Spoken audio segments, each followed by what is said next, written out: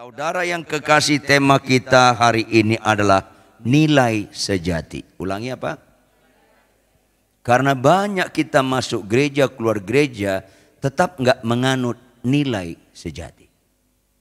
Ini penting sekali. Jujur Bapak Ibu, kalau ada orang bawa benda tajam, bawa apa? Kalau ada orang bawa benda tajam, ditusuk kita, itu jahat atau baik?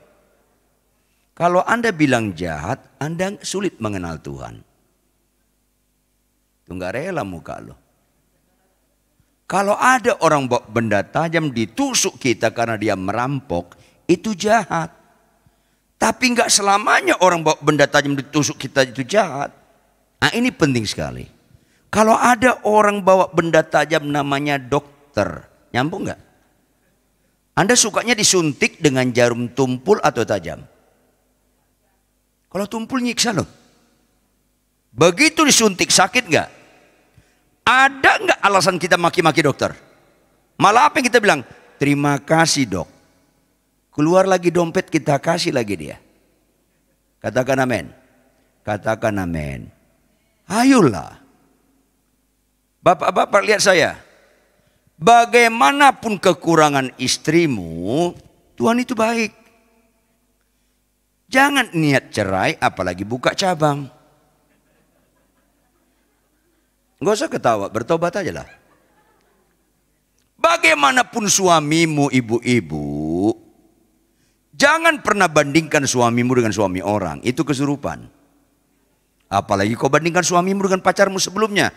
Makin tinggi tingkat kesurupanmu. Dengan segala kekurangan suamimu, itu yang terbaik. Kalau amin begini jarang semangat. Aminnya nyeret. Amin. Tapi kalau siapa sakit sembuh. Amin. Aduh. Karena orang Kristen sekarang tidak suka nilai sejati. Sukanya nilai-nilai yang gak sejati. Halo. Kalau ada orang sakit kanker. Umurnya 3 bulan lagi. Berapa bulan lagi? Tolong jawab. Bisa gak Tuhan sembuhkan? Oleh bilang sembuh, sembuh dia. Berarti batal nggak kematiannya? Yang bilang batal kan sesat. Catat dong baik-baik. Makanya ciri utama Kristen bukan kesembuhan. Supaya kalian jangan nggak mengejar ini nilai yang nggak sejati. Kejar nilai sejati. Ada nggak orang sakit kanker sembuh terus nggak mati-mati selama-lamanya? Ada nggak? Mati lagi nggak? Makanya ketika ada ibu-ibu datang, puji Tuhan Pak Pendeta Ridwan. 5 tahun yang lalu Bapak doakan saya sembuh. Ah yang benar Bu. Benar Pak Pendeta. Kapan periksa terakhir? 6 bulan yang lalu Pak Pendeta. Apa hasilnya? Sudah bersih. Apa sih bilang? Puji Tuhan. Ibu sudah sembuh. Tapi jangan lupa. Ibu tetap bisa mati lagi. Kasih tahu. Kasih tahu. Supaya jangan ngawur-ngawur Kristen kita ini. Kaget dia. Loh kok gitu? Bukan kok gitu. Memang gitu. Lazarus dibangkitkan Tuhan gak? Mati lagi gak? Jadi sakit sembuh, lumpuh berjalan, mayat bangkit. Itu gak ada hebatnya. Karena gak ada unsur kekekalan. Tuh mulai ngelawan wajah lo. Makanya kalau ada orang sakit sembuh gak ada sukacita di surga. Tuh kan. Kayaknya Anda salah ngundang saya khotbah. 10 orang sakit kusta. Pernah baca? Jawab, mereka datang ke dukun atau ke Tuhan Yesus? Jawab, berapa yang percaya Yesus bisa menyembuhkan mereka? Berapa yang percaya Yesus bisa menyembuhkan mereka?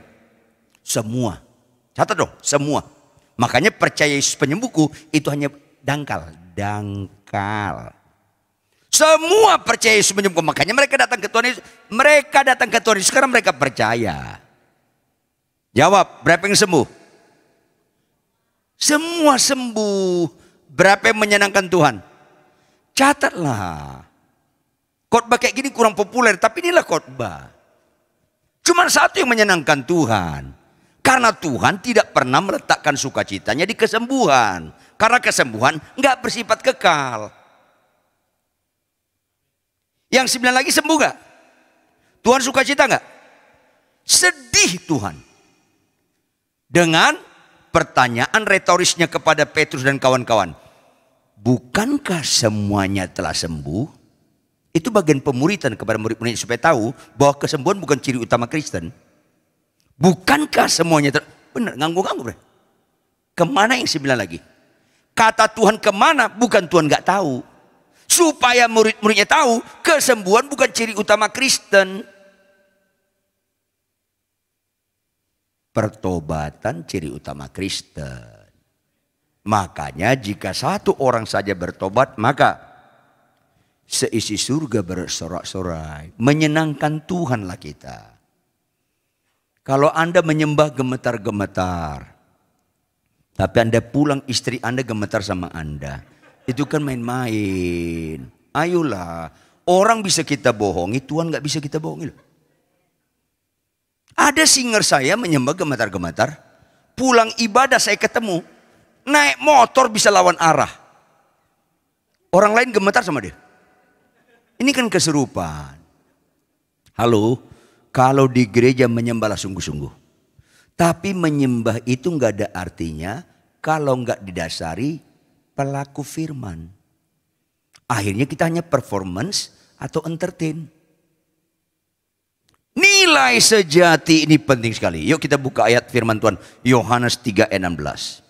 Ini ayat sangat terkenal. Yohanes 3 ayat 16.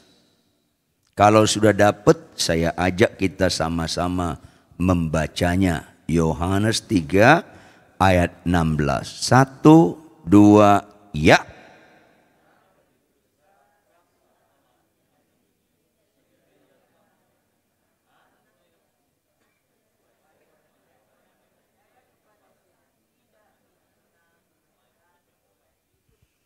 Coba perhatikan. Apa yang menggerakkan Allah? Apa yang menggerakkan Allah? Mengaruniakan anaknya yang tunggal supaya dunia ini tidak binasa melainkan memperoleh hidup yang kekal. Apa yang menggerakkan Allah? Kasih. Ulangi apa? Kasih. Ciri utama Kristen kasih. Ini penting sekali. Yuk kita baca deh. 1 Yohanes 4 ayat 6 sampai ayat 8. 1 Yohanes 4 ayat 6 sampai 8. Ada di layar enggak ya? Bisa ada yang bantu saya membacakannya? Saya agak lemas gitu. 1 Yohanes 4 ayat 6 sampai 8. Ya silakan. Cek. 1 Yohanes 4 ayat 6 sampai dengan 8. Kami berasal dari Allah. Barang siapa mengenal Allah, ia mendengarkan kami. Barang siapa tidak berasal dari Allah, ia tidak mendengarkan kami. Itulah tandanya roh kebenaran dan roh yang menyesatkan. 7. Saudara-saudaraku yang kekasih, marilah kita saling mengasihi, sebab kasih itu berasal dari Allah. Dan setiap orang yang mengasihi lahir dari Allah dan mengenal Allah. 8. Barang siapa tidak mengasihi, ia tidak mengenal Allah, sebab Allah adalah kasih. Ya. Banyak jemaat dalam konteks kebenaran ini disampaikan firman Tuhan, tetapi tetap mikirkan apa yang menjadi kesukaannya, bukan kesukaan Tuhan. Saya sekolah teologi tinggi-tinggi, tapi itu bukan kesimpulan rohani.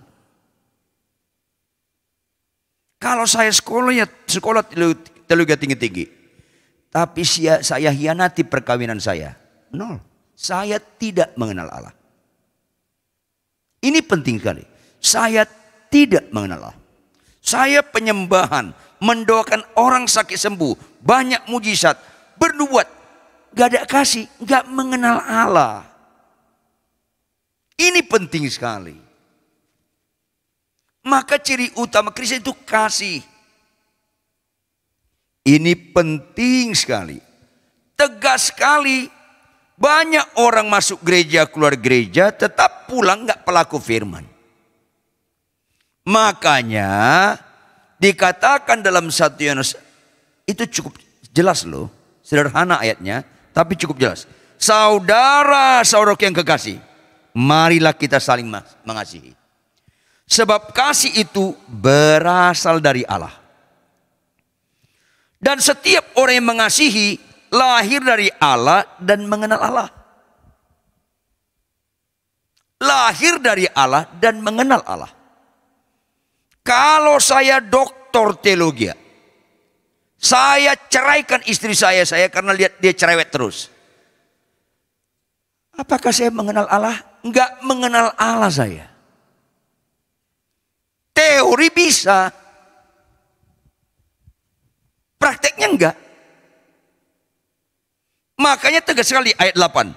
Barang siapa tidak mengasihi, ia tidak mengenal Allah. Sebab Allah adalah kasih. Nah Bapak Ibu, kita ciptaan Allah enggak? Dari sononya Allah menciptakan kita segambar dengan Dia. Maka kita dari sononya makhluk kasih. Tetapi Anda harus tahu, bukti Allah mengasihi manusia dan manusia mengasihi Allah. Allah menyatakan kebenarannya, manusia mentaati kebenarannya. Maka Allah berkata, Adam dan Hawa, semua buah pohon di taman ini boleh kau makan buahnya. Tapi yang satu itu jangan kau makan buahnya. Kalau kau makan kau akan mati. Catat baik jemaat sekalian. Fokusnya bukan buahnya. Jangan Anda kurang kerjaan meneliti buah apa itu. Entah itu mangga, entah kecapi, masa bodoh. Fokusnya perintahnya. Ulangi fokusnya apa? Catat baik-baik jemaat sekalian. Ketaatan melakukan kehendak Allah adalah satu-satunya, nggak ada duanya. Satu-satunya statement hidup yang berbobot mengakui Yesus Tuhan. Saya ulangi. Ketaatan adalah satu-satunya statement hidup yang berbobot mengakui Yesus Tuhan. Ketaatan adalah satu-satunya statement hidup yang berbobot mengakui Kaulah segalanya. Kalau kau nggak taat, lagu itu hanya sekedar lip service sampai limit tertentu mengejek Tuhan. Ketaatan satu-satunya statement hidup yang berbobot mengasihi Tuhan. Saya tadi duduk, saya lihat, saya kira ini kayak kafe namanya. Rupanya bagus sekali. Ya, komunitas keluarga ilahi yang hidup. Ah, itu keren. Gereja itu harus komunitas keluarga. Kalau keluarga ada anak bandel, tidak kita usir. Keluarga. Kalau keluarga, anak-anak harus menghormati gembalanya. Apapun kelakuan gembalanya. Ini keluarga. Makanya dari sononya Tuhan membuat pertama kali, lembaga pertama Tuhan ciptakan bukan DPR MPR, bukan. Apalagi KPK, bukan.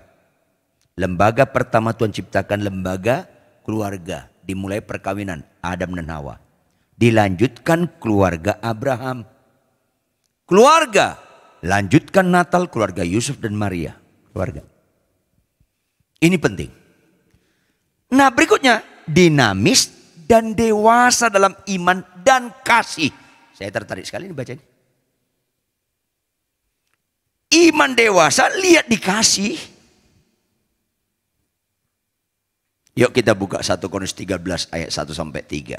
Baca lagi minta tolong. 1 Korintus 13 ayat 1 sampai 3.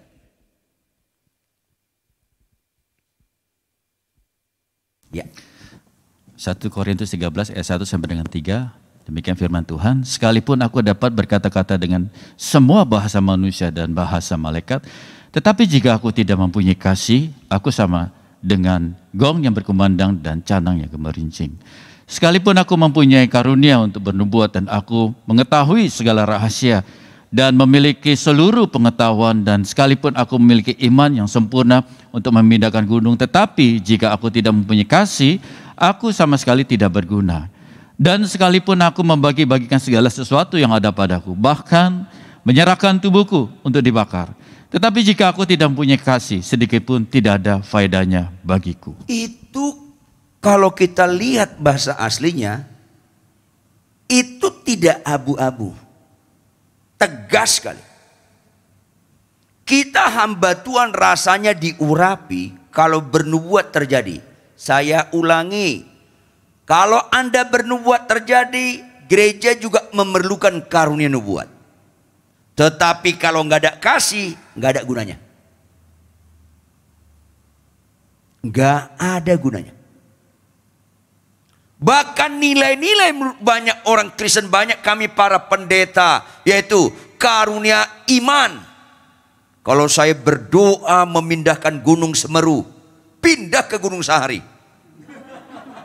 Karena Gunung Sahari nggak ada gunungnya. Saya yakin banyak orang kagum sama saya. Yang paling mengerikan, kita hamba Tuhan menikmati orang kagum sama kita. Itu menyesatkan. Jangan pernah fasilitasi orang kagum sama kita. Orang harus kagum sama Tuhan. Ini penting sekali. Maka semua yang dianggap rohani. Saya punya sahabat di Brasil bisa khotbah 9 bahasa. Tapi dia bilang, Pak Ridwan, saya bisa khotbah 9 bahasa. Khotbah lancar dalam bahasa Ibrani Yunani juga bisa dia. Tapi kalau nggak ada kasih, nggak ada artinya. Nggak ada artinya Bapak Ibu. Bahasa malaikat itu artinya bahasa roh. Halo, jangan ada di antara Anda anti bahasa roh. Jangan. Karena Alkitab ada tulisan bahasa roh. Tapi itu bukan ukuran rohani. Kalau kau nggak punya kasih, sama saja nggak berbakta. Saya pernah membimbing, nggak perlu saya sebut namanya, pendeta begitu terkenal, jemaatnya hampir 100.000. Asal penyembahan bagus sekali. Halo, kalau Anda menyembah sungguh-sungguh ya, jangan main-main.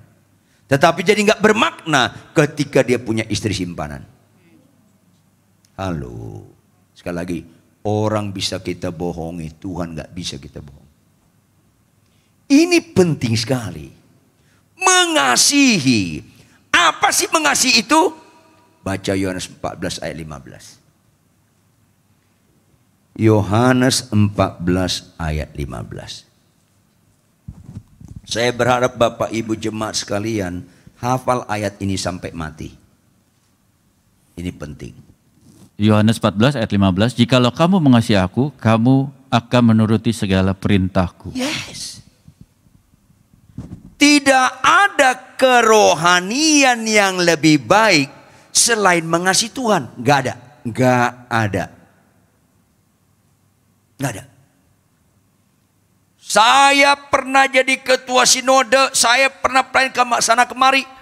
Tetap gak ada artinya kalau tidak mengasihi Tuhan. Nah Bapak Ibu jemaat sekalian perhatian. Cara mengasihi Tuhan hanya satu. Menuruti segala perintahnya. Ulangi, apa? Catat dong baik-baik.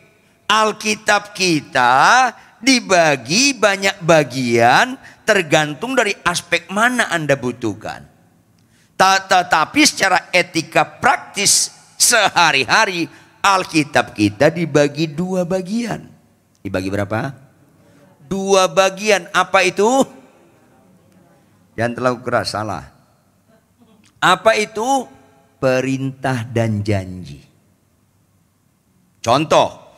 Cari dahulu kerajaan Allah dan kebenarannya. Itu perintah atau janji? Perintah. Maka semuanya ditambahkan kepadamu. Itu perintah atau janji? Janji. Mana yang disukai jemaat? Makanya nggak pernah kenal Tuhan. Ini penting. Apalagi ditambah lagi, berimanlah pada janji Tuhan. Berimanlah pada janji Tuhan. Ada apa ini? Gak ada istimewanya beriman pada janji Tuhan.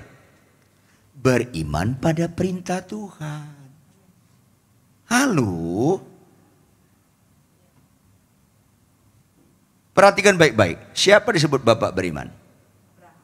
Abraham, Abraham, kau akan punya keturunan sebanyak bintang di langit, sebanyak pasir di lautan. Itu perintah atau janji? Langsung hamil nggak Sarah? 5 tahun kemudian hamil nggak? 10 tahun kemudian hamil nggak? Enggak. Janji itu latihan beriman. Ulangi, janji itu? Latihan beriman. Begitu mereka dapat anak, Sarah bangga sekali lihat Ishak. Datang perintah Tuhan. Abraham, Abraham. Ya Bapa, ambil anakmu yang tunggal, yakni Ishak yang kau kasihi. Apa kata Allah? Beli dia apartemen di Sudirman atau Tamrin? Enggak. Apa kata Tuhan? Ada yang tahu enggak? Sembelih dia bagiku. Catat dong baik-baik. Beriman itu bukan menerima, beriman itu berkorban. Catat baik-baik dong. Saya sedih banyak orang Kristen. Saya beriman, saya sakitku sembuh. Itu bukan iman. Itu bukan iman. Saya beriman, sakitku sembuh atau enggak sembuh, tetap aku mencintai Tuhan. Itu beriman. Saya beriman, istriku enggak cerewet lagi tahun ini. Itu bukan beriman. Saya beriman, istriku cerewet atau enggak cerewet, tetap aku sayang sama dia. Itu beriman, karena ada unsur berkorban. Gue demen nih, aminnya mulai ada nih. Ayo dong, jangan sesatlah kita ini. Beriman itu berkorban. Ulangi. Beriman itu berkorban. Mana orang lebih suka beriman sakit sembuh atau beriman berapapun pendapatannya tetap memberikan perpuluhan? Mana lebih suka gereja? Beriman sembuh atau beriman tetap memberikan perpuluhan? Ayo jujur dong. Beriman sembuh. Beriman memberikan perpuluhan berapapun pendapatannya. Makanya nggak banyak orang di gereja itu benar-benar menganut nilai sejati. Nggak banyak. Nggak banyak. Mana orang lebih suka beriman? Beriman tahun ini istrinya nggak cerewet, atau beriman istrinya cerewet atau tidak cerewet sampai mati, tetap dia mengasihi. Mana lebih suka? Yang pertama. Karena nggak banyak orang beriman. Ini penting sekali Bapak Ibu, supaya kita menganut nilai sejati. Halo, kemungkinan, ini kemungkinan, jangan GR dulu. Kemungkinan istri saya lebih cerewet dari istri Anda Bapak-bapak. Kemungkinan. Jangan ketawa, ini penderitaan. Istri saya itu Chinese Toto. Pak me. Dia punya peraturan di rumah lebih ketat dari hukum Taurat. Ini penderitaan. Tapi catat bebek. Kita mengasihi istri nggak ada kaitannya dengan kelakuan istri. Catat bebek supaya nilai sejati. Kita mengasihi istri nggak ada kaitannya dengan kelakuan istri. Istri tunduk pada suami nggak ada kaitannya dengan kelakuan suami. Saya mengasihi istri saya kaitannya ke apa? Saya membangun ketaatan kepada Allah. Allah yang berkata, hai suami kasihlah istrimu, bukan istri saya. Konsekuensi logis aku ditebus dia, aku ini imamat yang rajani, kepunyaannya sendiri. Ketaatan itu tanpa syarat Bapak Ibu. Makanya ada tokoh masyarakat, nggak perlu saya sebut namanya, tokoh masyarakat saya tegur keras, jangan cerai. Pak Pendeta Ridwan, istriku berzina, tetap jangan cerai. Pak Ridwan, Alkitab menulis kecuali berzina. Kamu STH ya? Enggak, saya enggak sekolah teologi ya, tapi kamu STH. Apa itu Pak Ridwan? Sok tahu. Maksudnya apa? Lihat dong konteksnya. Apa konteksnya? Itu konteksnya Yesus dialog sama orang Yahudi. Halo Bapak Ibu, orang Yahudi kalau istri berzina diapain? Dirajam. Mati enggak? Jadi boleh cerai enggak? Ya orang cerai mati, dirajam, mati.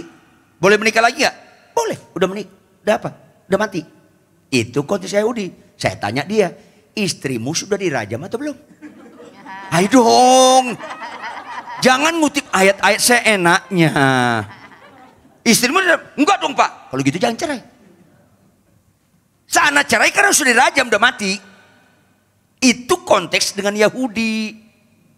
Jadi jangan seenaknya ngupas firman. Sekarang saya tanya sama dia, kalau istri saya berzina, jahat nggak? Langsung dia teriak, ya jahat dong. Jangan teriak, bilang aja jahat, cukup. Kan kita berdua ngobrol. Sekarang arahkan saya bilang. Apa itu Pak Ridwan? Kalau istri saya berzina dia jahat, sebaiknya saya mengambil keputusan hasil pengaruh kejahatan istri atau hasil kasih Allah begitu indah bagi saya. Sebaiknya saya ambil keputusan hasil dari mana? Dipengaruhi Allah atau dipengaruhi kejahatan istri? Diam dia. Saya pilih dipengaruhi Tuhan. Kalau dipengaruhi kejahatan istri, istri saya Tuhan saya, tanpa kita sadar. Tuhan saya Yesus, bukan istri saya. Jadi kalau istri bapak berzina, tetap saya kasih. Ayolah, saya tanya dia lagi, mana lebih gampang? Tetap setia kau sama istrimu yang nyeleweng, atau Tuhan perintahkan kau potong anak? Aduh Pak, lebih gampang nerima istri. Abraham anaknya yang tunggal yang dikasih dipotong anak kau berapa? Ya lebih dari satu Pak. Nah, lebih gampang kita menerima istri pada motong anak. Kalau Tuhan berkata kepada saya nanti malam, Ridwan Huta Barat. Ya Tuhan, anak lu kan 2. Ya Tuhan, si Aseng Huta Barat dengan si Amoy Huta Barat. Iya Tuhan, kenapa? Anak join. Pilih salah satu, bawa ke parkiran Pondok Indah Mall. Sembelih, gak mau Tuhan. Aku Tuhanmu, sembelih, gak mau. Makanya suara itu gak pernah datang ke saya. Paling berat tentang ketaatan pelaku firman dialamatkan kepada Abraham. Makanya Abraham disebut Bapak beriman. Ridwan Huta Barat gak akan pernah Bapak beriman. Cucunya beriman saya. Artinya dengar dong jemaat.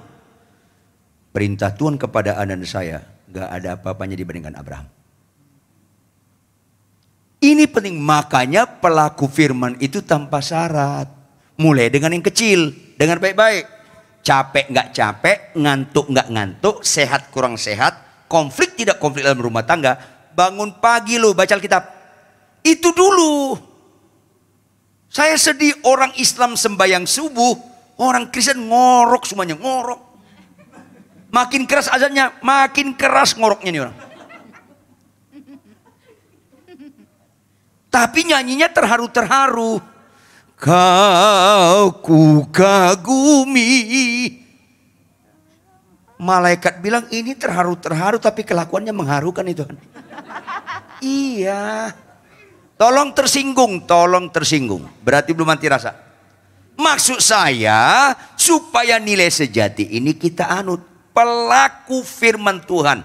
Tolong baca Matius 7 ayat 24 sampai 27. Matius 7 ayat 24 sampai 27. Matius 7 ayat 24. Setiap orang yang mendengar perkataanku ini dan melakukan, ia sama dengan orang yang bijaksana yang mendirikan rumahnya di atas batu.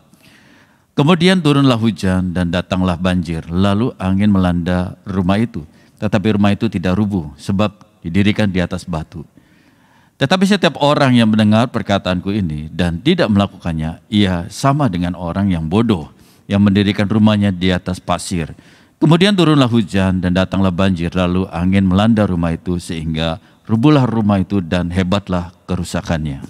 Itu dibagi 2 kelompok. Ayat 24-25 kelompok pertama, ayat 26-27 kelompok kedua.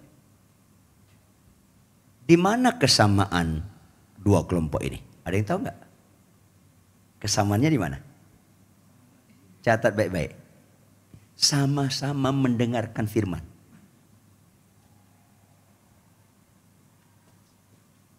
Bedanya? Yang satu pelaku, yang satu nggak pelaku. Apalagi samanya? Jangan Kristen aneh, jangan Kristen aneh. Masalahnya sama. Kemudian datanglah hujan, datanglah banjir mengelanda rumah itu. Yang ayat 26 begitu enggak? Ayat 25 begitu enggak? 27 begitu enggak? Sama. Jadi jangan aneh-aneh. Orang Kristen nggak mungkin sakit kanker. Jangan aneh-aneh. Mungkin. Tapi kena sakit kanker kita nggak stres. Tetap kita senyum dan kita bisa melayani ketika kita masuk rumah sakit. Tetap jadi berkat. Orang Kristen nggak mungkin kena COVID-19. Jangan aneh-aneh. Mungkin. Jangan aneh-aneh. Anak rohani saya seorang dokter mendedikasikannya merawat terpapar COVID-19 berbulan-bulan. Dia ikuti protokol kesehatan begitu ketat, APD yang begitu standar tinggi. Kena dia. Apa dia bilang? Pak Rituan saya kena COVID-19 Pak Rituan. Oh ya? Jadi gimana? Pak Rituan jangan ragu. Saya sungguh percaya Tuhan sangat mengasihi saya. Nah, terus? Saya yakin Tuhan bisa menyembuhkan aku. Tetapi kalau nggak sembuh, terpujilah nama Tuhan. Meninggal ya. Indah gak? Indah. Nggak ada ayat tentang kematian yang dikasih Tuhan begitu indah. Nggak ada ayat tentang kesembuhan seperti itu. Nggak ada. Berharga kematian orang yang, mana ada ayat berharga kesembuhan orang percaya? Nggak ada. Kematian. Salah satu mujizat yang indah Bapak Ibu, mati dalam Tuhan. Itu mujizat yang paling indah. Jujur, kalau Anda naik pesawat ke Singapura, kemana? Anda sukanya on time atau delay? Kalau delay kesel nggak? Kalau delay 2 kali? Kalau delay 3 kali? Ngamuk loh. Ngerti nggak? Mana lebih bagus, Singapura atau surga? Kok lu sukanya delay? Saya bingung ajaran Kristen sekarang. Kalau mau meninggal bilang Tuhan, Tuhan, amin, Tuhan, amin. Kalau saatnya kau panggil aku, tolonglah on time Tuhan. Itu waras. Tuh, lain kali jangan undang saya khotbah deh. Oh Yerusalem, kota mulia, hatiku rindu. Apa kata malaikat? Bohong, alah. Rindu doa kesembuhan melulu. Doa kesembuhan dibutuhkan orang nggak percaya. Doa kesembuhan dibutuhkan bayi rohani atau kanak-kanak rohani. Orang dewasa rohani nggak perlu lagi. Nggak perlu lagi. Karena saya tahu indah sekali surga. Saya KKR di beberapa kota di Australia. Dari Adelaide mau KKR di Sydney. Di atas pesawat serangan jantung saya. Begitu saya pegang tangan istri saya. Oh Pak dingin. Gimana? Tolong doakan. Kalau memang Tuhan panggil saya tolonglah on time. Tolonglah on time. Delay oleh Tuhan. Makanya kita ketemu. Halo. Di surga itu ada erupsi gunung api nggak? Ada banjir nggak? Ada orang jahat nggak? Indah sekali surga itu. Makanya mulai hari ini kalau kau mau meninggal bilang tolong on time. Duh, jarang amin kalau khotbah begini, susah. Di surga ada beda tua muda nggak? Nggak ada. Di surga kita ketemu Petrus, Daud itu kayak sejajar, panggil pet, halo pet, bisa nggak? Kakek enggak, kungkung enggak gitu. Kalau enggak percaya matilah nanti malam. Enak. Aduh susah orang Kristen ini. Makanya banyak doa kesembuhan bagi orang dewasa rohani karena takut mati. Saya kalau KKR di Madura, saya khotbah tentang kesembuhan supaya tujuannya orang enggak percaya selamat. Jembatan, sebagai jembatan. Tapi untuk saya enggak perlu lagi. Ini penting sekali. Yang perlu saya menjadi pelaku firman Tuhan sampai mati. Saya ulangi. Bapak-bapak mengasihi istri itu nggak ada kaitannya dengan kelakuan istri. Nggak ada kaitannya. Ibu-ibu tunduk pada suami nggak ada kaitannya dengan kelakuan suami. Anak-anak menghormati orang tua itu harga mati. Nggak ada kaitan dengan kelakuan orang tua. Kaitannya karena kita sedang mengabdi kepada Tuhan yang memerintahkan kita. Mau pelaku atau enggak pelaku di gereja itu dibagi 2. Bukan pendeta atau enggak pendeta, bukan basaro atau enggak basaro, bukan. Pelaku atau tidak pelaku, hanya itu 2. Maka enggak usah doa puasa untuk kesembuhan, enggak usah doa puasa supaya mobil lu Innova jadi Alphard, enggak usah, norak banget tuh. Doa puasalah supaya kau pelaku firman Tuhan sekalipun apapun yang terjadi. Ah itu keren. Jikalau kau mengasihi aku, kamu menuruti segala perintahku. Penutup. Saya tanya Bapak Ibu. Perintah Tuhan itu cocok enggak dengan kita? Enggak. Makanya untuk terjadi pencocokan harus ada pengorbanan. Apa itu? Sangkal diri, pikul salib. Mental kita rata-rata enggak mental sangkal diri, bela diri. Mental kita rata-rata bukan pikul salib, tapi nyalipkan orang. Itu mental kita. Balaslah kejahatan dengan kebaikan. Cocok enggak? Enggak. Paling cocok balaslah kejahatan dengan lebih baik Anda. Kalau saya enggak. Balaslah kejahatan dengan lebih jahat lagi. Memuaskan saya itu. Begitu balaslah kejahatan dengan diam, itu menderita saya. Begitu membalas kejahatan dengan kebaikan, itu hidupku bukan aku lagi melainkan Kristus dalamku. Oleh karena itu, Bapak Ibu perhatikan, saya punya supir. Saya khotbah di Departemen Keuangan, berhenti. Saya bilang, mas ini. Sebelum kau duduk sama teman-teman atau ngobrol atau makan, ada apa di kursi belakang? Kemoceng Pak. Ayo. Saya lebih kurang 1,5 jam di dalam gedung ini. Ambil kemoceng, kebaskan debu bodi luar mobil ini. Lakukan itu. Itu perintah atau janji? Jawab, itu kesukaan saya atau kesukaan supir? Kesukaan saya. Lanjut, perhatikan. Kalau kau konsisten lakukan ini setiap kali mengantar saya. Kalau kau konsisten, tahun depan gajimu naik 2 kali lipat. Itu perintah atau janji? Itu kesukaan saya atau kesukaan supir? Ayo cerdas dong Bapak Ibu, jangan jahat di mata Tuhan dong. Perintah Tuhan itu kesukaan Tuhan. Janji Tuhan itu kesukaan manusia. Kalau kau mau menyenangkan Tuhan, jangan fokus janji Tuhan. Itu bicara kesukaanmu. Kita harus bicara kesukaan Tuhan. Dan jangan ajarkan Tuhan menepati janjinya. Nggak usah ajarkan, dia nggak pernah lupa ingatan. Lu aja yang lupa ingatan. Catat dong baik-baik. Maka fokus orang benar nilai sejati, perintah Tuhan bukan janji Tuhan.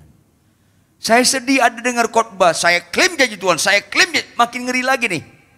Kapan lu bayar premi? Saya bingung Kristen seperti ini. Saya klaim janji Tuhan, jemaat-jemaat ikutan, amin, kita klaim. Itu kesurupan berjamaah. Ayo dong. Fokus aku taat. Konsekuensi, dia sudah berkorban segala-galanya dengan anaknya yang tunggal yang kita peringati bulan ini kelahirannya. Taat. Makanya Maria ketika dibilang hamil itu tidak mudah. Bagaimana mungkin aku belum bersuami? Tetapi pada akhirnya dibilang apa? Sesungguhnya aku ini hamba Tuhan. Jadilah kepada aku menurut perintahmu. Itu Kristen. Karena perintah Tuhan itu nggak cocok pada kita, prosesnya tidak gampang. Sangkal diri pikul salib itu proses aku makin berkurang, Yesus makin bertambah. Aku makin berkurang, Yesus makin bertambah. Sampai titik yang paling kurindukan. Aku bukan lagi berkurang, tapi habis. Hidupku bukan aku lagi. Melainkan Kristus dalamku. Kristus adalah gambaran kesempurnaan ketaatan. Filipi 2 ayat 5-8. Ketaatan sampai mati, bahkan sampai mati di kayu salib. Ketaatan ini. Nah, mana lebih gampang panen? Jagung atau jati? Jagung. Tahu nggak jagung berapa bulan? 3 bulan. Tahu nggak jati berapa lama baru panen? Saya pernah membina pengusaha jati yang terkenal di Jepara. Namanya Pak Harun, almarhum Pak Harun. Saya tanya, Pak Harun bagaimana cara jati yang bagus? Pak Pendeta, jangan pernah terima jati dari tanah yang subur. Loh, kenapa? Kalau jati tanah yang subur cepat bertumbuhnya, kepadatannya kurang solid. Ketika proses pengeringan akan bengkok karena kandungan airnya terlalu banyak, akan bengkok. Makanya Bapak Ibu jangan terlalu subur. Kandungan air dalam diri Anda terlalu banyak. Nanti proses pengeringan bengkok nanti. Jadi gimana? cari jati di tanah kurang subur. Halo. Kenapa Israel bukan kayak Kuwait, Qatar, Arab Saudi banyak minyaknya? Supaya mereka memiliki tingkat kebergantungan sama Allah tinggi. Jadi kenapa Indonesia subur banget? Karena memang Indonesia ini malas-malas. Aduh susah, keenakan. Makanya di gereja nggak boleh manja-manja jemaatnya. Katakan amin. Nggak boleh manja-manja. Siapapun Anda yang paling kaya pun di tempat ini, kalau ada kotor di lantai, ambil. Yang paling kaya pun sekalipun. Melayani. Itu keren. Itu mengasihi. Dewasa. Siapa jemaat yang sakit, siapapun dia kunjungi. Kalau jemaat meninggal, harap semua hadir. Kalau pesta, nggak hadir nggak apa-apa. Ini supaya ngerti kita, lebih enak ke rumah duka daripada rumah pesta. Jati itu Bapak Ibu di tanah kurang subur. Begitu bertumbuh ada cabangnya potong. Salah potong bisa hama masuk. Terus tunggu 30 tahun Pak Pendeta. 30 tahun? Ya. Wow. Setelah 30 tahun baru panen? Belum. Loh jadi? Setelah 30 tahun Pak Pendeta, gali tanah melingkar pohon jati berjarak 1 meter dari batang luar. Untuk apa? Cari akarnya. Untuk apa? Potong. Potong akarnya. Ngapain? Matikan dia. Wow. Setelah mati baru kita panen. Belum Pak Pendeta. Lu belum. Jadi gimana? Biarkan di situ dia mati 2-3 tahun. Lelanglah ke Eropa bisa 1 batang miliar. Ya. Halo. Mana lebih mahal? Jagung atau jati? Jati. Ayo dong. Jangan menganut nilai sejagung. Jangan menganut nilai sejagung. Anutlah nilai sejati. Proses. Lebih bernilai proses daripada hasil. Sampai ada orang punya BMW, hasil proses yang salah, korupsi. Untuk apa lu punya BMW tapi korupsi? Mendingan kita punya BMO tapi kerja keras. Gak usah dipertegas dong. Maka pulanglah dari tempat ini Bapak Ibu, realisasikan kebenaran ini. Konflik apapun di gereja ini jangan keluar, jangan pindah-pindah gereja, tertanam. Namanya keluarga.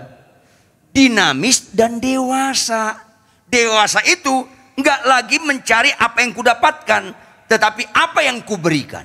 Nah itu dewasa. Saya kalau diundang khotbah, terus diajak makan misalnya di Surabaya, diajak makan enak. Aduh, coba istriku ada atau anak-anakku ada, enak sekali dimakan bareng. Rasanya nggak enak makan sendirian. Itu orang dewasa. Tapi ada di gereja retreat sekolah minggu. Di gereja saya di sini nggak ada yang ngaku. Retreat sekolah minggu. Begitu retreat ada ibu-ibu ambil ayam, tutup dengan nasi, ambil lagi ayam. Lebih cepat dari Deddy Kobuser dia. Dibilang ayam sepotong-sepotong, dia 2 potong. Padahal ibu ini kata-katanya bagus. Kita harus sabar, tapi kalau anaknya egosentris. Makanya kalau dalam orang dewasa apa? Biar orang duluan dapat. Nanti aku nggak dapat ayam, nggak apa-apa. Mendingan orang dapat daripada kita. Kalau gitu, perhatikan baik-baik. Itulah orang fokusnya menyenangkan hati Tuhan. Penutup. 1 Korintus 2 ayat 9. Jangan kutip ayat ini tanpa pemahaman. Apa itu 1 Korintus 2 ayat 9?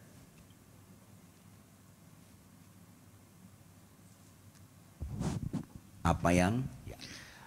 Tetapi seperti ada tulis, apa yang tidak pernah dilihat oleh mata dan tidak pernah didengar di telinga dan yang tidak pernah timbul dalam hati manusia, semua disediakan Allah untuk mereka yang mengasihi Dia. Semua disediakan pada mereka yang mengasihi.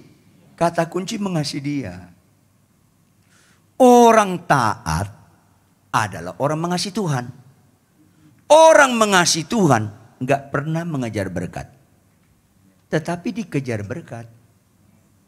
Nggak pernah mengejar janji Tuhan. Tetapi dikejar janji Tuhan. Maka fokus kita bukan berkat. Fokus kita bukan janji Tuhan. Fokus kita perintah Tuhan. Tahun 2022 bisa saja makin berat daripada tahun 2021. Karena dunia ini makin lama makin jahat. Tetapi bagi orang yang mengasihi Tuhan, masalah apapun nggak pernah menakutkan dia. Karena apa yang nggak pernah kau lihat dengan mata, yang nggak pernah kau dengar dengan telinga, nggak pernah timbul dalam hati manusia, Tuhan sediakan bagi mereka yang, ayo dong mengasihi Dialah. Caranya, lakukan segala perintah Tuhan. Selesai. Maka orang rohani bukan bisa khotbah. Bisa khotbah, bisa rohani, bisa enggak. Bisa penyembahan, bisa rohani atau bisa enggak. Mendoakan orang sakit sembuh, bisa rohani atau enggak. Karena rohani penentunya adalah pelaku firman atau tidak. Itu yang menentukan rohani. Pulang dari tempat ini, istri-istri yang suka tanduk suami, tunduklah pada suami. Suami yang kasar sama istri, kasihlah. Kalau istri marah-marah, jangan buka mulut bapak-bapak. Karena istri marah-marah itu dikendalikan emosi. Lu jelaskan, nggak dapat dia. Mendingan sambil senyum. Kalau istri saya marah-marah, saya senyum, saya tatap dia. Saya ngomong sama Tuhan, Tuhan cocok banget sama orang ini Tuhan. Kalau marah lagi dia, Tuhan sungguh aku nggak salah pilih. Kau kirimkan dia menjadi pahat yang tajam untuk mengukir saya. Lanjutkan Tuhan.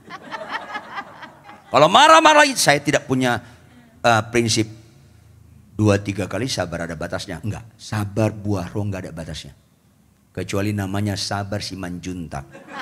Wah, bisa hilang. Kalau marah lagi marah, saya bilang, Tuhan istriku ini satu-satunya di dunia. Enggak ada duanya. Ini manusia langka Tuhan. Tolong lestarikan Tuhan. Gak usah ketawa, bertobat aja lah. Makanya jangan lihat rohani saya waktu khotbah. Karena waktu khotbah gampang sekali menampakkan rohani. Kalau Anda mau lihat rohani saya, tinggal di rumah saya 6 bulan atau lebih. Nggak bayar, lihat sehari-hari. Karena rohani itu bukan waktu saat, hanya kegiatan rohani. Dalam kehidupan sehari-hari. Bangkit berdiri, tepuk tangan yang keras buat Tuhan. Mari kita bangkit berdiri, kita renungkan firman ini. Jika ada dosa dan kejahatan kita ditegur secara langsung atau tidak langsung, mintalah ampun kepada Tuhan. Berapa banyak perintah Tuhan yang kita ketahui, berapa banyak yang belum mau tahu kita untuk melakukannya. Termasuk baca Alkitab setiap hari. Berikan perpuluhanmu. Balaslah kejahatan dan kebaikan. Ampuni kesalahan orang lain. Ambil keputusan.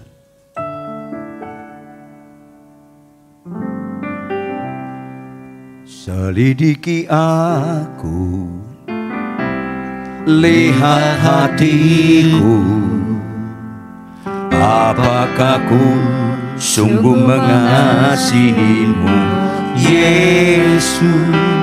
Kau yang maha tahu dan menilai hidupku, tak ada yang tersembunyi bagi. Selidiki aku, selidiki aku, lihat hatiku, apakah ku sungguh mengasihimu, Yesus. Kau yang maha tahu dan menilai hidupku, tak ada yang tersembunyi bagi. Telah kulihat kebaikanmu yang tak pernah habis di hidupku. Ku berjuang sampai akhirnya kau dapati aku tetap setia. Telah kulihat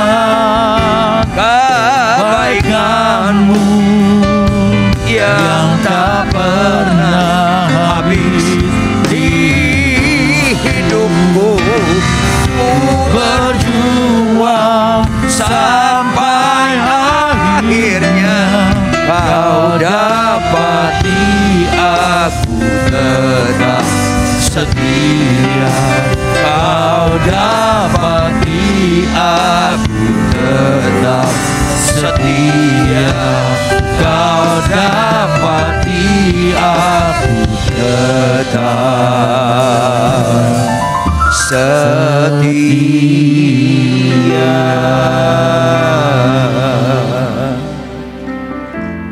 Ambil keputusan Bapak Ibu. Jikalau engkau mengasihi aku, kata Tuhan Yesus, lakukan segala perintahnya. Berapa banyak perintah Tuhan yang kau ketahui? Berapa banyak kau tidak lakukan? Taat melakukan perintah Tuhan tidak pernah tergantung situasi dan kondisi. Karena situasi dan kondisi bukan Tuhan kita. Taat menjadi pelaku firman Tuhan tidak pernah tergantung pasangan atau kelakuan orang lain, karena mereka pun bukan Tuhan kita. Taat melakukan perintah Tuhan karena kita membangun hidup yang mengasihi Tuhan. Kalau gagal, ulangi, gagal, ulangi, gagal, ulangi, sampai itu menjadi budaya rohani kita. Yang setuju katakan amin. Yang setuju angkat tangan kananmu tinggi-tinggi, jangan ikut-ikutan. Yang setuju angkat tangan kananmu tinggi-tinggi. Bapa di surga, kau lihatlah tangan-tangan kami yang terangkat. Engkau baik dan sangat amat baik. Kebenaran firman Tuhan yang murni kau singkapkan atas kami. Tidak ada yang jauh lebih indah dalam hidup ini selain mengasihi Tuhan, yang sudah lebih dahulu mengasihi kami. Oleh karena itu Tuhan, Roh Kudus, Roh Penolong yang menuntun kami dalam segala kebenaran, pimpinlah kami taati perintah Tuhan apapun itu. Dan kami tahu ketika kami mengikuti kebenaran firman Tuhan, disitulah kami menyenangkan Engkau. Ketika kami taati kebenaran-Mu, disitulah damai sejahtera memerintah dalam hidup kami. Jika ada dosa dan kejahatan kami ditegur secara langsung atau tidak langsung, ampuni, ampuni, ampuni kami Tuhan. Jika ada ketidaktaatan kami kau tegur secara langsung atau tidak langsung, ampuni, ampuni kami Tuhan. Terjemahkan lebih lanjut kebenaran firman ini dengan segala kekayaan menurut maknanya menurut Tuhan. Materaikan dalam loh hati kami masing-masing, sehingga kami menjadi pelaku-pelaku kebenaran firman Tuhan yang mengasihi Engkau. Dan Engkau berkata, apa yang gak pernah kau lihat dengan mata, gak pernah kau dengar dengan telinga, gak pernah timbul hati, Tuhan sediakan bagi mereka yang mengasihi Tuhan. Tahun 2022 silakan ada kesulitan dan sebagainya, tetapi bagi orang percaya bersama dengan Allah, kami bukan cakap menanggung segala sesuatu, tetapi kami juga cakap melakukan perkara-perkara yang besar. Senangkan hatimu Tuhan melalui jemaat ini, sebab dalam nama Yesus kami sungguh berdoa. Haleluya. Semua yang percaya sama-sama katakan, Tuhan berkati.